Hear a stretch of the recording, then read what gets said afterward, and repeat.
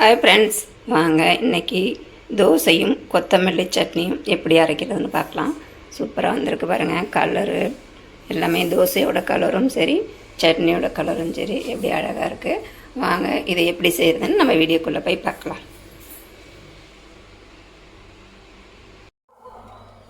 வாங்க கொத்தமல்லி சட்னிக்கு நம்ம பார்த்திங்கன்னா கொத்தமல்லியை நல்லா வேரெல்லாம் நீக்கிட்டு கழுவிட்டு நல்லா குட்டி குட்டியாக கட் பண்ணி வச்சுருக்கேன்.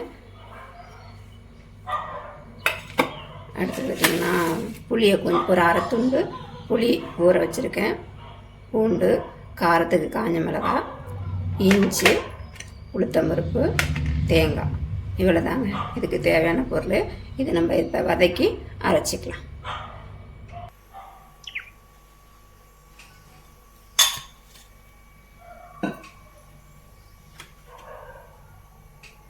எண்ணெய் காஞ்சிருச்சு.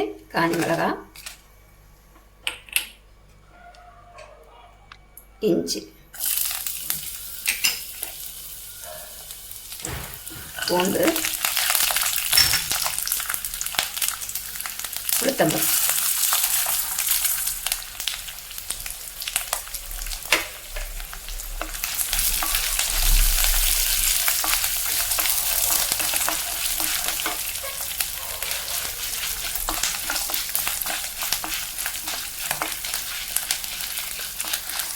பார்த்திங்கன்னா உளுத்தம்பருப்பு எல்லாமே நல்லா கலர் மாறிடுச்சு. இப்போ நம்ம கொத்தமல்லி சேர்த்துக்கலாம்.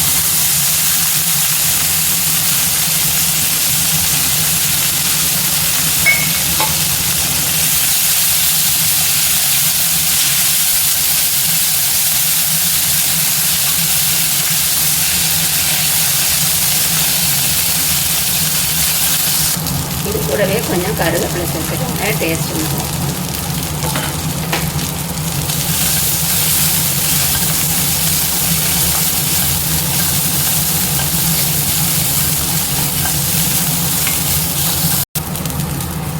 கொத்தமல்லி நல்லா வதங்கிடுச்சு. துருவி வச்சுருக்க தேங்காவையும் இது கூட சேர்த்து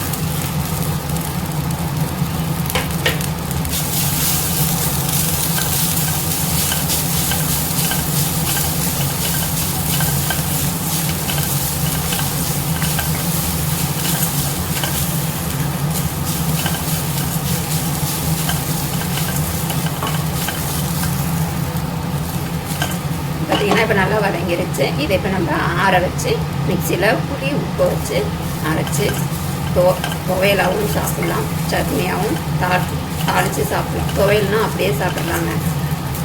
சட்னியாக இருந்ததுன்னா தாளித்து கடுகு உளுத்தம் பருப்பு போட்டு தாளித்து இட்லி, தோசை, சாதத்துக்கெலாம் நல்லாயிருக்கும் பிசைஞ்சு சாப்பிட்றதுக்கு. அதேமாதிரி தயிர் சாதத்துக்கு பார்த்திங்கன்னா தொட்டு சாப்பிட்றதுக்கு நல்லாயிருக்கும். இதை இப்போ நம்ம ஆற வச்சு அரைச்சிக்கலாம்.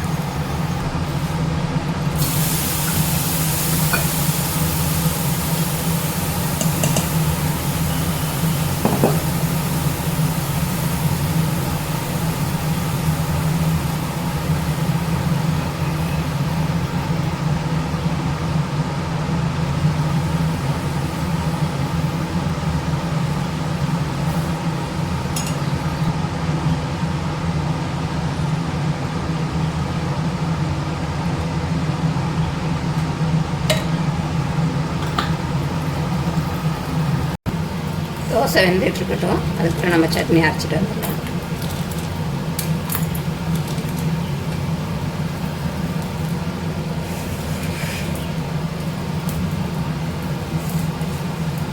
ஊற வச்சுருந்தோம் இல்லையா புளி, அது கூடவே உப்பு சேர்த்து அரைச்சி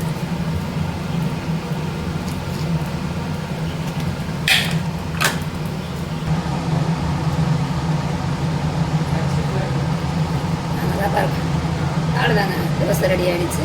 சட்னி கூட வச்சு சாப்பிட வேண்டியதான். அவ்வளோதாங்க, கொத்தமல்லி சட்னி ரெடி ஆகிடுச்சு. இதில் வந்து நீங்கள் கடுகு, உளுத்தம்பருப்பு, காஞ்ச மிளகா போட்டு தாளித்து போடலாம். நான் பார்த்திங்கன்னா தாளிக்கலை. இதை அப்படியே வேறு சாப்பிட போகிறோம். ஏன்னா இதுலேயும் நம்ம ஏற்கனவே வதக்கியிருக்கோம், தோசையிலேயும் எண்ணெய் இருக்குது. அதனால் நான் தாளிக்கலை. உங்களுக்கு விருப்பமானாங்க தாளிச்சிக்கோங்க. அவ்வளோதான், சட்னியும் ரெடி ஆகிடுச்சு, தோசையும் ரெடி ஆகிடுச்சு. வச்சு சாப்பிட வேண்டியதான்.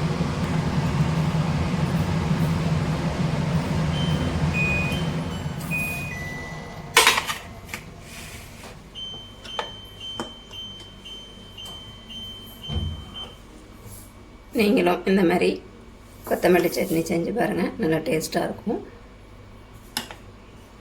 பாருங்கள் எவ்வளோ அழகாக வந்திருக்கு. தோசையும் நல்லா மொறு நல்லாயிருக்கு. குழந்தைங்களுக்கு பிடிச்ச மாதிரி பெரியவங்களும் விரும்பி சாப்பிட்லாம். கொத்தமல்லி சட்னி நல்லா ஹெல்த்தி தான். இது கூட கருவேப்பிலை, இஞ்சி எல்லாமே சேர்த்துருக்கோம், பூண்டெல்லாம். வீடியோ பிடிச்சிருந்தா லைக் பண்ணுங்கள், ஷேர் பண்ணுங்கள், கமெண்ட் பண்ணுங்கள், மறக்காமல் சப்ஸ்கிரைப் பண்ணுங்கள். இன்னொரு வீடியோவில் சந்திப்போம். டாடா பாய்.